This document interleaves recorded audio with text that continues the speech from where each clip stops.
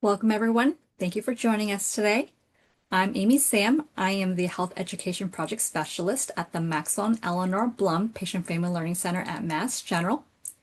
Today's program is a special collaboration between the Blum Center and Mass Eye and Ear. Before I get started, I just want to go over a few items with you all. Please note that today's session is being recorded for educational purposes. If you're interested in viewing the recording, it'll be made available on the Blum Center website at massgeneral.org/Blum-Center. Please note that you are in listen-only mode. Everyone has music and hear a guest speaker today. If you have any questions for our guest speaker, you may use the chat feature, which is located at the bottom of the screen. We'll have time for them in the end. Only Blum Center staff and our guest speaker will see your questions. Please do not share any personal medical information or questions in the chat. If you have a personal medical question, please ask your doctor. Lastly, at the end of today's session, you'll be directed to a brief survey, which we'd like to ask you up as complete. Your feedback is important to us as we plan future programs. Okay, so joining us today, we have Dr. Silas Wang. Dr. Wang is a board-certified comprehensive ophthalmologist at Mass Eye and Ear on the main campus in Boston, as well as Stoneham, Massachusetts. He is also an instructor of ophthalmology at Harvard Medical School. Dr. Wang specializes in cataract surgery and provides treatment for a variety of eye conditions. He has a special interest in medical student and resident education. In recognition of Healthy Aging Month, he is here today to give a talk on macular degeneration. So please join me in welcoming Dr. Wang. Thank you very much for that introduction. Let me get my slides up. Share my screen.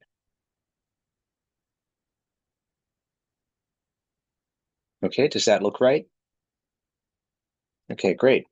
So again, thanks for joining us. I'm Silas Wang. I'm a comprehensive ophthalmologist at Mass Eye and Ear. I'm in the Department of Ophthalmology at Mass General and instructor in ophthalmology at Harvard Medical School. And it's my pleasure to present on macular degeneration today. And so, as Amy said, September is Healthy Aging Month. So this is not just for the eyes, but for the whole body and mind too. It's to increase awareness and remind everyone to take a little time and think about your own health and how you can maintain good health as you get older. And so macular degeneration is one of the conditions that affects people more as we get older. So this is a perfect time to have this topic. So just as an outline, as a reminder, this is, I'm trying to make this accessible to a general audience. You don't necessarily have to have any medical or scientific experience. And, we have to make it a broad overview of the subject. And obviously, I can't go into a lot of details, but I'm hoping to make this accessible and help our audience understand macular degeneration a little bit better. So I'm going to start talking about the structure of the eye and talk about what is macular degeneration and how is it diagnosed and treated, and some things about living with vision loss from macular degeneration. And we should have some time at the end for questions as well. I won't be able to go into any sort of details about personal medical situations, but I'm certainly happy to answer general questions that you may have. So why is macular degeneration important? Well, it is a leading cause of vision loss in older adults. It can cause blindness. So first of all, in order to talk about macular degeneration, we need to talk a little bit about what the macula is.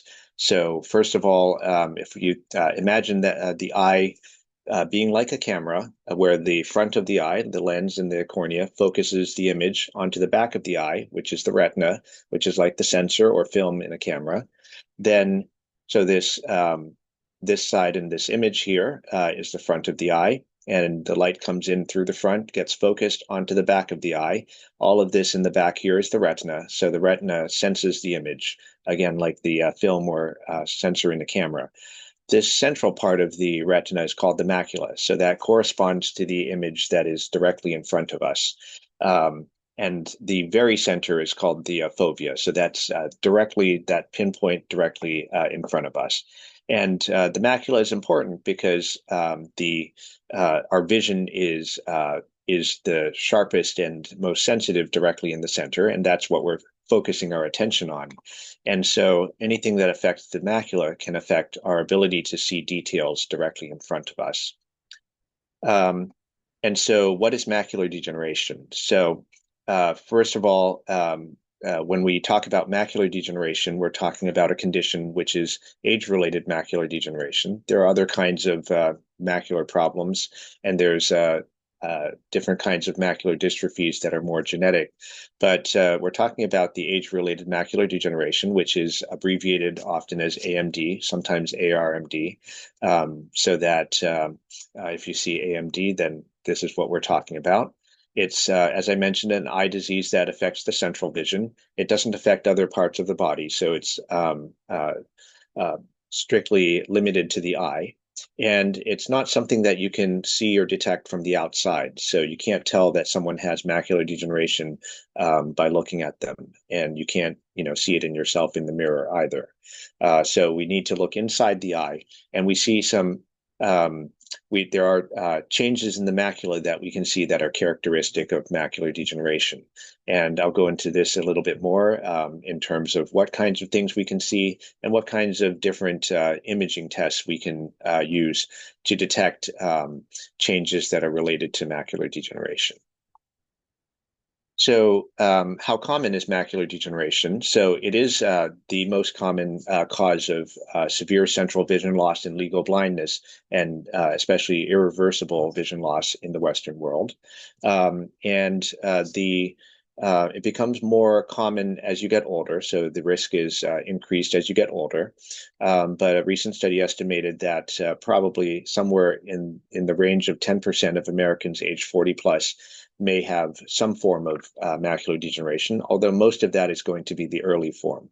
The more advanced forms, which are more severe and affect the vision more, fortunately are also less common. So if we're talking about advanced macular degeneration, then that's more like 1%.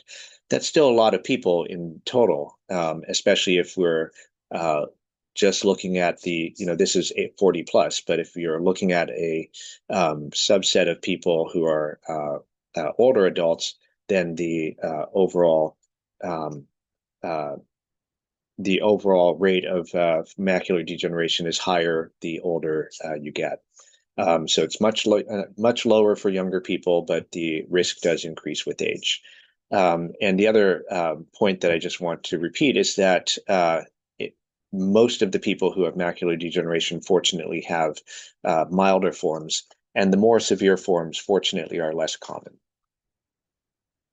So then, how does macular degeneration affect the eyesight? So, as I mentioned, since the macula is responsible for capturing the image in the center of the vision, then macular degeneration can affect that vision in the center. Fortunately, macular degeneration is limited to the central part of the vision and does not spread to the peripheral vision. So, fortunately, even in the worst case scenario, it would not affect the peripheral vision, the side vision. Um, Now, the central vision is the most important part, so that if you have problems with the central vision, it can affect activities like reading and driving, for example. And the kinds of changes that can happen can be distortions or even blind spots. So, in this little simulated picture, the uh, central part of the vision looking straight ahead is distorted or just basically a blind spot. So it's a bit of a misconception that sometimes in these simulated images, it's shown as kind of a black spot. It's not that it becomes black, but a blind spot means that you just can't tell the detail in that spot, but the brain actually kind of tries to fill in the image. So it's not like there's a hole or a black spot in the vision, but the brain kind of merges the image from the side in. So the it's not like a hole, but they're you just lose the detail looking in that spot. So it as you can imagine, it can prevent you from seeing faces and recognizing people or reading or driving if you have this kind of blind spot. It can also affect the ability to see things in low contrast. So oftentimes people may need brighter light. Some of the small things you might imagine can, like the small details, can become obscure. And so many people may need a magnifier to help them see more clearly. It can also affect the ability of the eyes to adapt to light and dark. So we often hear about wet versus dry macular degeneration. So these are the two primary categories of macular degeneration. And so the difference is that basically the wet refers to having fluid or blood underneath the retina. So in the wet form of macular degeneration, there's fluid or blood. This is caused by abnormal blood vessel growth, leaking fluid or blood, whereas the dry form does not have the fluid or blood. There are other features such as drusen, which are these little yellow spots that you see on this image of the retina. So the optic nerve is this large circle, the blood vessels, and then all of these little yellow spots are drusen. These can be seen when we examine the eyes. We can also see things like something called atrophy, which means loss of the cells, the photoreceptor cells. The dry form of macular degeneration is more common. So somewhere around 4 out of 5 people with macular degeneration have the dry form. And it typically causes, if it causes vision loss, it typically is gradual. So it progresses gradually over time, and it can be mild, moderate, or severe. In the mild cases, oftentimes it may not even affect the vision. So that's the good news, is that the more common type, which is dry, and more commonly it is mild, may not cause you to lose vision. But in the severe cases, dry macular degeneration can also cause vision loss. Now, the wet form is less common, but it's more severe, and generally it's pretty much always severe if you have wet macular degeneration. And it can cause vision loss that is more rapid, can change more quickly. And fortunately, and I'll get into this a little bit later, there are some treatments that are available for the wet form. And people can start with the dry form and progress to the wet form. We can use the medications to turn the wet form back into the dry form. So these are not exclusive categories. People can, the situation can change from one to the other. So how does macular degeneration damage the eye? So this is going into a little bit more detail, but if, for example, you or someone you know has macular degeneration, then it can be helpful to understand a little bit about the details of the retina and understand what we're looking for when we're looking at these images that we always get. So in dry macular degeneration, I mentioned that people develop these little yellow spots called drusen. These are clumps of material that form underneath the retina. So in cross section, we see that they're little bumps of material. So in this sort of cartoon here of a sort of the microscopic view of the retina, the outer retina, underneath the retina, the drusen are these little humps of material. And we can see this on this OCT scan as well as little humps of material underneath the retina. Sometimes many times, especially early on, they may not cause any damage. And so you can have drusen without changes in the vision or damage to the vision. But over time, they can cause these cells to lose their function and can even cause death of these cells. So further on the left over here in this cartoon, we see that these retinal pigment epithelial cells, which are a kind of supporting cell underneath the retina, can die and be lost. And then that causes these photoreceptors. Now that the support cells are gone, these photoreceptors can also die off as well. And since the photoreceptors are the cells that sense the light, once these are gone, then that's what causes the blind spot because you don't have those cells to sense the image in that spot anymore. And there's even loss of these blood vessels underneath the retina as well. And so, unfortunately, we cannot regenerate these cells. And so, when we lose these cells, we call this atrophy, which is basically loss of the normal cells. And we can see that on this OCT image as well. So this dip in the center is normal, but we're looking at the outer retina here where these layers, these lines are mostly intact here, but then over on this side here, they kind of disappear.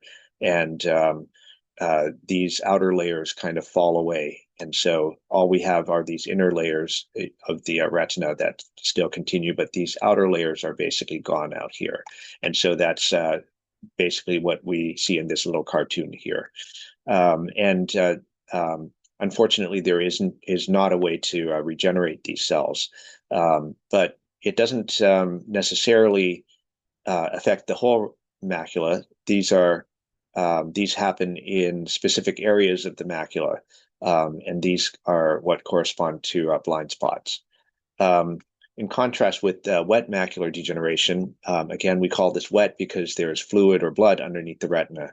And so this is caused by growth of abnormal blood vessels coming from these normal blood vessels underneath the retina. Can grow abnormal blood vessels up into the retina where they don't belong. And they can cause damage, they can cause bleeding or scarring underneath the retina, and that can cause problems with the vision because it disrupts the function of the normal cells. So we see underneath so over here in this left part of the image, this is normal. We see there's drusen, but this other part is normal with nice layers of the cells and nice layers of the retinal pigment epithelium in the blood vessels underneath. But over here, there's material underneath, and so in this case, it's abnormal blood vessel sort of network and scarring, and then some fluid. This dark sliver here is fluid underneath the retina where it shouldn't be. So this is wet macular degeneration. So we use these images to help us determine what's going on under the retina and determine what kinds of treatments might be necessary.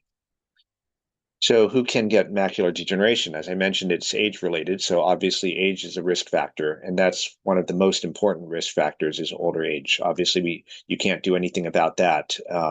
But genetics is also a major risk factor, and you can't control that either, but you can have an idea of what your overall risk might be. One important thing is family history. So if you have a family member who has macular degeneration, that does affect your risk. And white people do have a higher risk than other races and ethnicities in terms of macular degeneration, although anyone can get macular degeneration. But in terms of statistics that reflect genetics.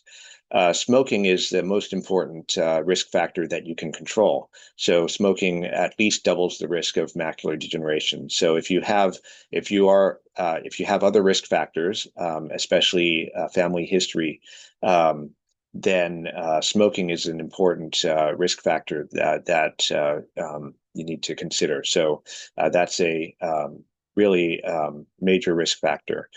Other risk factors that have been identified that are somewhat less important and less definitive are cardiovascular disease.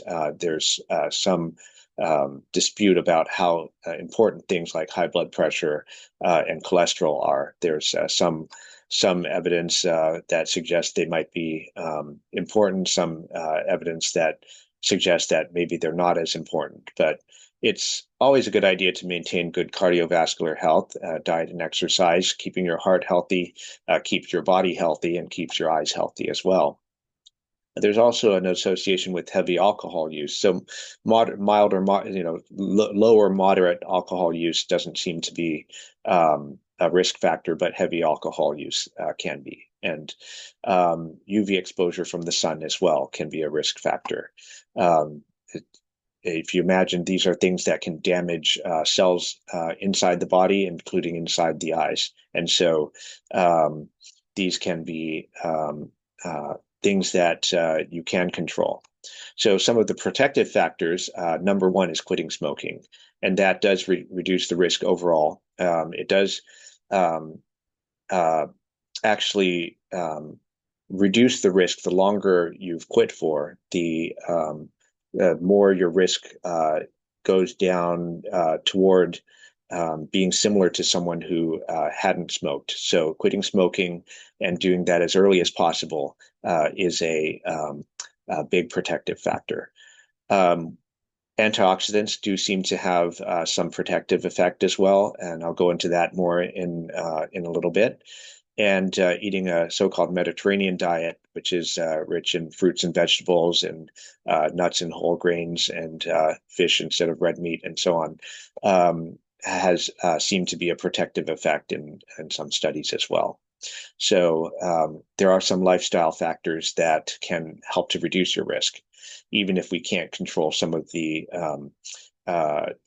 bigger risks.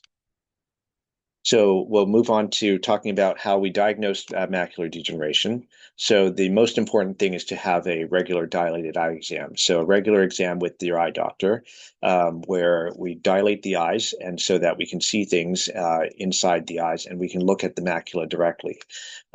There's also a tool called the Amsler grid, which I'll show you in a moment, to help you detect changes in the vision in the macula at home. OCT, I mentioned earlier, those images that I showed you showing the cross section, and I'll talk about this more in a moment. And also, we're using this less and less, but fluorescein angiogram is a test that can help to detect these abnormal blood vessels.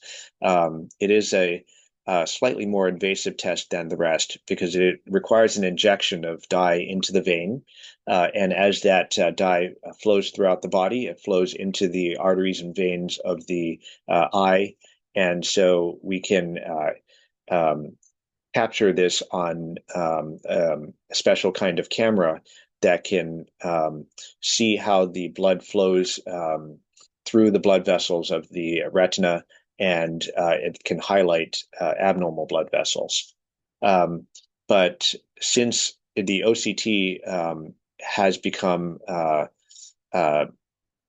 more refined in terms of the technology, the images that we can get with OCT, which is non-invasive, often allow us to see what we need to see without having to do fluorescein angiograms as much anymore.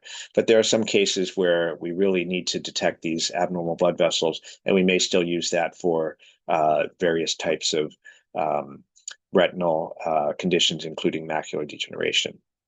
So the dilated eye exam, as I mentioned, is the most important thing to do regularly. Dilating the pupils, it makes you blurry, it makes you sensitive to light, but the purpose of it is that we can get a clear view into the macula.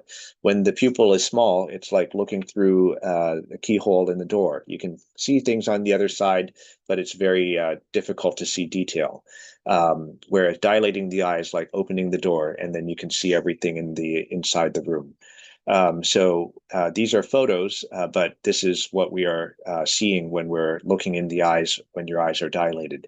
So we can see drusen, we can see blood, we can see atrophy, we can see scar, those kinds of things. So it's important for getting the initial diagnosis, and also so in terms of screening, and also important in terms of monitoring and following up on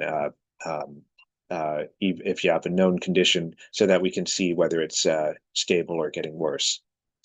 The Amsler grid I mentioned, this is a tool that is helpful for people who are at risk of wet macular degeneration. This is a tool for people to use at home to detect distortions and blind spots that could be signs of bleeding or fluid or basically things related to this abnormal blood vessel growth. So this is something that we would, if you're at risk, we would give you to check at home. So it's basically just a grid with a dot in it. You want to have a well-lit area, so the grid is well lit. You want to put on your reading glasses and look with one eye at a time. And staring at the dot in the center, you want to see whether there's any distortions or blind spots, like in this simulation. And if there are any new distortions or blind spots that weren't there before, this could be a sign that there's something happening that needs attention. And this would be an indication to call your eye doctor to have this checked out. So this is good for any kind of macular condition where there could be fluid or other distortions, especially macular degeneration. So the OCT I mentioned earlier, OCT stands for optical coherence tomography. This has become one of the most important tools that we have in helping to diagnose and treat macular degeneration. It gives us a microscopic cross-section of the macula, but it's non-invasive and uses no radiation. It's totally harmless to the eye, but it's very fast. It only usually takes a few seconds. You look into the machine. You have to stare at a target inside the machine and not blink for a couple seconds, and it can acquire this image very quickly. So this on the left here is a normal macular OCT. So this is a normal this normal dip in the center, but all these layers are nice and intact going all the way across. Whereas this is one of the images that we saw before, where there's abnormal blood vessels and fluid underneath the retina. And so it's seeing the macula face on when we do the dilated exam or taking photos is helpful, but this is especially helpful in detecting even small amounts of fluid and looking at these layers to see if there's atrophy or cell loss as well, and being able to compare this over time. So this has become the number one most important tool other than looking directly at the eye. And so people who are under treatment, this is the most important thing for us to know whether the treatment is helping to reduce the fluid and whether more treatment is necessary. So there's often a question about genetic testing. If you've ever had one of these sort of commercially available genetic tests, they do detect some of these genes that have been connected to macular degeneration and can put that on the report, show up on your report. But what's difficult about macular degeneration in terms of genetic testing is that it's not caused by a single gene or even a few genes, but there's a lot of genes. So there's several dozen that have been identified, and then there are more that we think are out there that we haven't identified yet. And there's a lot of different factors that combine together, both genetic factors and environmental risk factors that combine together to cause macular degeneration. So it's hard to say whether, if you have one gene variant that's been linked to macular degeneration, it's hard to say what that means exactly for you in terms of what your risk is. And so scientists have tried to see whether some combination of these, the presence or absence of these gene variants that we know about, whether they correlate with what we know about whether those people have macular degeneration or not. And so far, we haven't been able to find a way to use that information to predict what the risk is or to guide prevention and treatment. So although it is possible to find some of these variants, it hasn't been so far useful in terms of being able to help us determine your or predict your risk or sort of prognosis, being able to guide prevention or treatment or advise you on what your overall risk of vision loss is. So this is something that probably will become more useful in the future, but at the present time, it just hasn't. We just haven't. The science hasn't gotten to that stage that it's useful. So then I've talked a little bit about treating macular degeneration. So how is macular degeneration treated? So unfortunately, at this point, there still is no cure for macular degeneration. So we have no way of reversing or stopping the process. So we know about some of the risk factors. We can reduce the risk of progression, but there's no way to stop it entirely, and there's no way to cure it, unfortunately. But again, reducing the risk factors can help to reduce your risk or slow down the progression, and that's important because there isn't a cure. So we want to slow it down as much as possible. So as I mentioned, quitting smoking is the most important thing. So I think probably this sort of outweighs everything else. So if you're a smoker, the number one thing that you can do that has an impact on your risk is quitting. And that's true for a lot of other parts of the body. So there's a lot of good reasons to quit. In addition to macular degeneration, I mentioned the Mediterranean diet, which features a lot of fruits and vegetables, nuts, whole grains, fish. That has been linked to reduced risk of macular degeneration. Green leafy vegetables in particular, which have certain kinds of antioxidants that are found in the macula. And so eating those kinds of vegetables that are rich in these kinds of antioxidants is thought to be helpful in supporting the health of the macula. As I mentioned, maintaining good cardiovascular health, moderating alcohol use, protecting the eyes from ultraviolet light. And then many of you may have know about the AREDS2 supplements. So this is a particular combination of vitamins and mineral antioxidants. AREDS stands for the Age-Related Eye Disease Study. So this is there's actually a pair of studies, so one and two. So this was a pair of large studies that were run and funded by the NIH and the National Eye Institute, and that looked at among other things, whether taking antioxidant supplements can help to reduce the risk of vision loss in people with macular degeneration. And the big finding of the study was that people with moderate or advanced macular degeneration who took the supplements had a lower risk of vision loss compared to people who were the group that didn't take the supplements. In the second version of the study, they modified or tweaked the formula of the supplements, and so we recommend following the formula in the second study, so the AREDS2 study.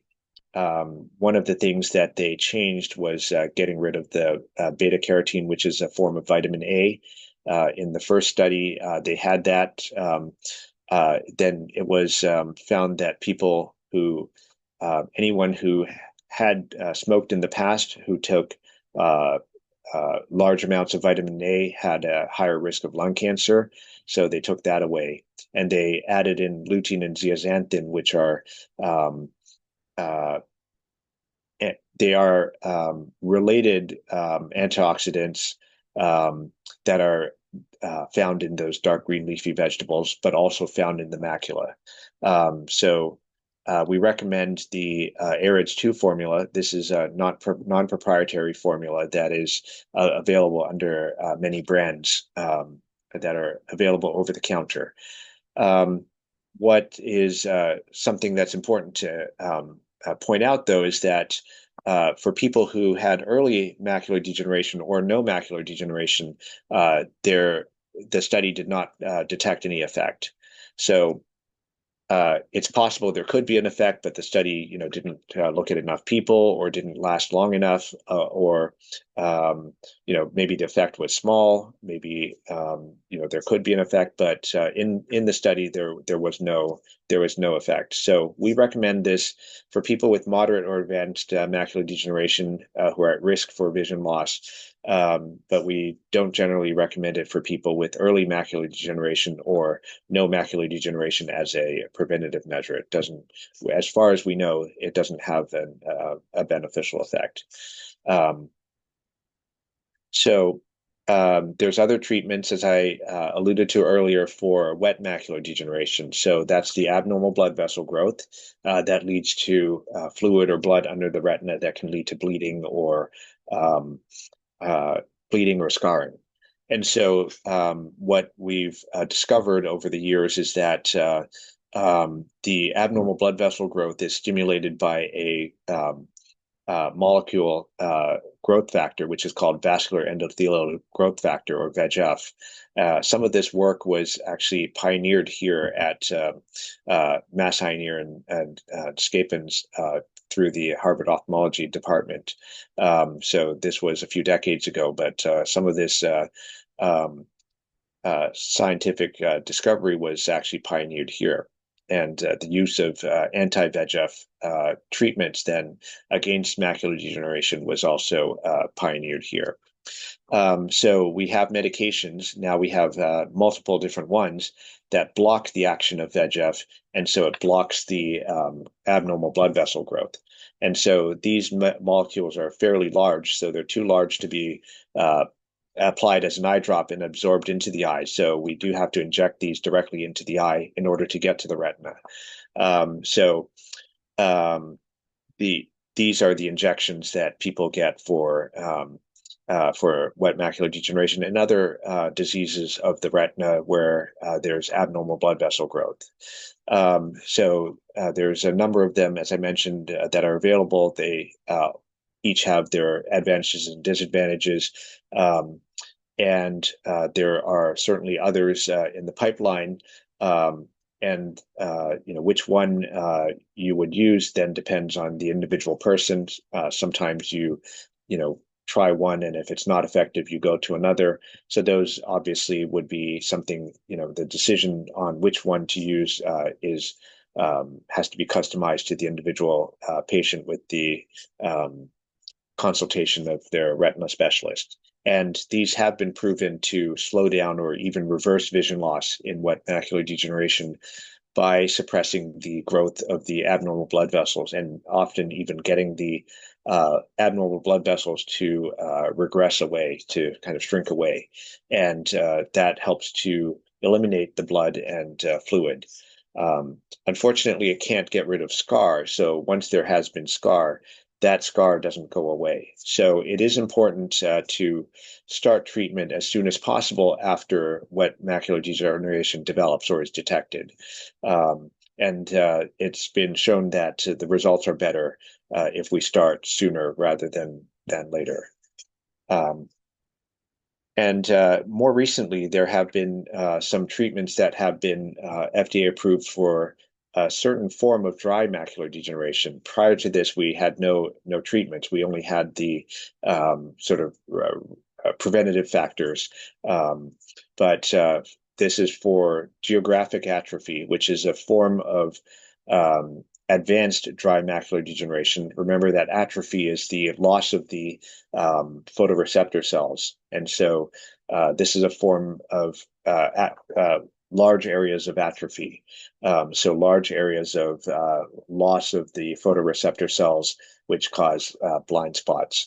And it's been found that blocking a particular inflammatory pathway called the complement pathway can slow down the progression of geographic atrophy. And so these are medications that are injected into the eye that can help to slow it down.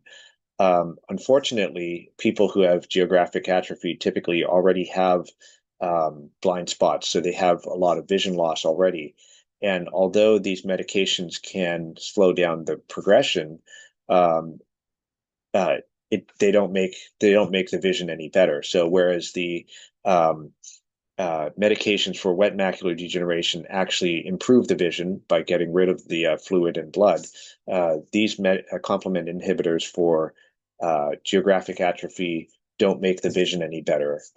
It just slows down the progression. And there can be some serious side effects in the eyes as well, including sometimes actually uh, a possibility of a higher risk of developing abnormal blood vessels. So um, the use for these these medications for geographic atrophy is a little bit limited, but it's promising that we're seeing research at least produce some of these new treatment options that, although may not be that useful right now, may be a sign of things to come. That it may be something, their future research may produce more effective medications in the future. So I want to talk a little bit about living with vision loss, since unfortunately there is no cure for macular degeneration. Despite everything that we do, people often can lose vision from advanced macular degeneration. There's things, as I mentioned, that we can do to reduce the risk or slow it down. A lot of people don't necessarily progress to advanced macular degeneration and vision loss, but some people do, of course. And so there are ways to help make the most of the vision that is remaining. But certainly, macular degeneration can cause a lot of difficulty in daily life due to distortions or blind spots or difficulty with contrast. And in the worst case scenario, there can be a large blind spot directly in the center. So anything that you're looking directly at, it's just not visible. It's just whatever you look at just kind of disappears into the background. Um, but fortunately, as I mentioned, macular degeneration does not affect the peripheral vision. So even in the worst case scenario, people don't go completely blind. So you always have peripheral vision, which is helpful for getting around and not walking into things. Even if you can't see directly ahead, you can still see things off to the side. So you can still navigate around. So the peripheral vision can still be helpful. And there are different strategies for making the most of the vision, depending on how much vision loss there is. So if the distortions or blind spots are not severe, then oftentimes improving the contrast can be helpful with brighter lighting and electronic devices that can use a camera to project an image onto the screen, or reading on a screen where you can make the contrast better than you can get on the page. Increased magnification definitely helps. With large print, with magnifiers, again, there's electronic devices are very helpful for that, because we can have a large screen and large things, enlarge the font, enlarge an image. And then there's audio devices, either screen readers or audiobooks or other tools that can, like talking clocks and things like that, that allow you to use your other senses to get information. There's also vision rehabilitation is a specialty within eye care, so otherwise known as low vision, and we have specialists who can help navigate all of this. So magnification is especially helpful because the loss of vision is in the center. The idea is that if you magnify something, then you can get some of the more of what you're trying to look at outside the blind spot. And since the peripheral vision is not as sharp as your central vision, making it larger can allow you to read things that are a little bit off to the side. So first of all, it gets the whatever you're looking at out of the blind spot or around the blind spot, and then it allows you to use your peripheral vision to read with. So there's a lot of different kinds of magnifying tools, handheld stand magnifiers that you can put things under. Some have built-in lighting to give you that better contrast as well. And then electronic magnification can be helpful as well. Um, and so vision rehabilitation services, as I mentioned, this is a specialty within ophthalmology and optometry to help people make the most of their vision when there's some kind of vision loss. And so there's training, there's training with the assistive products or helping to identify what can be helpful in terms of technology and other kinds of sort of training to keep people sort of independent as much as possible. And we have vision rehabilitation specialists here at Mass Eye and Ear. And they can, some of these things they can help uh, plug people in with services. So, although there's no cure for macular degeneration, there are ways to reduce the risk of vision loss and ways to manage the vision loss. I just want to end by uh, pointing out that we are doing a lot of research here at Mass Eye and Ear. One of the things, so this is not the only thing, but in terms of clinical research, one of my colleagues, Dr. Hussein, runs a biomarker research study which follows people over, I think, 10 years, like once a year, looking to see if we can identify something in the blood or something that we can identify that can give us some information ahead of time about risk of macular degeneration. There's a lot of research in the basic science as well in terms of genetics and molecular biology of macular degeneration. As I mentioned, a lot of the pioneering work with the anti-VEGF treatments was actually done here. And also vision rehab. We have people working on, for example, uh, uh, helping people drive or other kinds of adaptive tools that can be helpful in people with vision loss, including with macular degeneration. And a lot of this is happening here as well. So just to end with some of the most important take-home points. Macular degeneration is an important cause of vision loss in older adults. But fortunately, even in the most advanced cases, people don't lose the peripheral vision. In terms of preventative actions, quitting smoking is the most important. But other than that, maintaining a healthy diet and lifestyle can help to reduce the risk.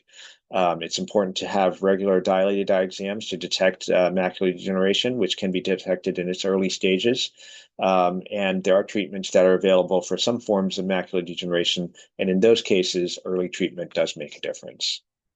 So then there's a little time if there's any questions. Otherwise, thank you very much for joining us. And I believe we'll make this available on the website to review later, I believe. Thank you so much, Dr. Wang. We are now at the end of the session. If you have any questions for Dr. Wang, feel free to enter them in the chat. Okay, so we have a question from a participant. While there may not be specific numbers, percentages, but how common is it for macular degeneration to continually progress to a more advanced stage? That's an excellent question. So in general, the milder the stage of macular degeneration, the lower the risk of vision loss. And as it progresses, there are features that we look for, such as large drusen and number of drusen and things like that that help to predict the risk.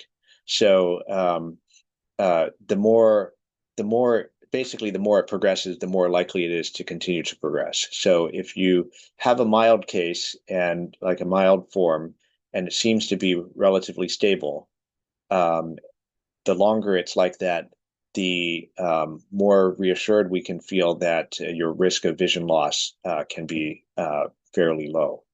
On the other hand, if we see that there's a lot of change year over year, um, and especially with development of higher risk characteristics, that can increase the risk. There have been studies that have um, uh, created some statistical models that basically we can uh, take some of the clinical features and create a score, and that correlates with a certain percentage risk of vision loss over 5 years or 10 years. So if that's something you're really interested in, your eye doctor can sort of tally up that score and give you an estimated risk, in terms of percentage over the next 5 or 10 years of vision loss. So if it's mild, so I think the question was, specifically mild or early diagnosis, then um, a lot of cases can stay like that. So what's important then is to see how much change there is over time. And for individuals with mild forms of it, like how often should they go to see their eye doctor to get checked out? Great question. So for mild macular degeneration, we usually follow up once a year. Thank you. Our next question is regarding the study that you reviewed earlier on. Is this one specifically looking for people already with macular degeneration or without? So uh, I'm not personally involved in the study. I know that some of my patients who they recruit from, from my patients, they are looking for people without macular degeneration because they want to see, if you develop macular degeneration, then they look back and see whether there were any, molecules that they can identify in the blood samples that could have predicted that. So I know they are looking for people without macular degeneration. I think that they are also looking for people with macular degeneration. I don't know the details because then they're also looking at progression, I think, as well. So uh, their website is it's very small, but it's retinalmetabolomics.meei.harvard.edu. I think if you search AMD biomarker research study, Mass Eye and Ear or Harvard, you should be able to find it. Um, and there's this is the one that is sort of I'm just highlighting, but because it is a clinical study, and obviously they do have some particular uh, characteristics, that they're looking for in terms of not having other sort of confounding retinal problems and so on.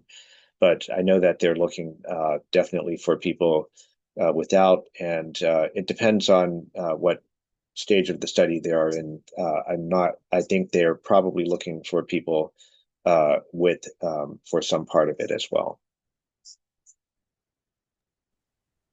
Thank you. Earlier on, you covered things people can do around their home. Are there any specialists who can come and visit to assess the home and give suggestions on how they can modify it? Yeah, so there's a home visit. There are services like that. And that's for vision loss for any reason. So it doesn't have to be macular degeneration. So uh, part of the vision rehabilitation evaluation is to see whether a referral to, for example, occupational therapy, or sometimes they do home visits to see, what can be sort of optimized around the home and what kinds of tools might be helpful in that situation. There are those kinds of services. So that's an excellent question. So and helping people maintain their independence in terms of living and getting around is one of the key goals of vision rehabilitation. So anyone with any kind of vision loss can potentially benefit from that, and that's certainly something that your eye doctor could put in a referral for. Great, thank you.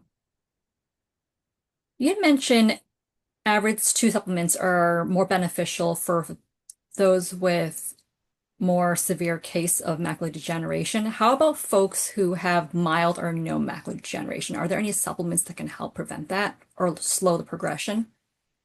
Yeah, unfortunately, there's nothing that's been proven. So it's not to say that there might not be something, but we just don't know what they are. And there just isn't anything that's been reliably proven. They also looked at things like omega 3s, which didn't seem to have an effect. So they're not to say that there aren't things, but that we don't know what they are. Thank you.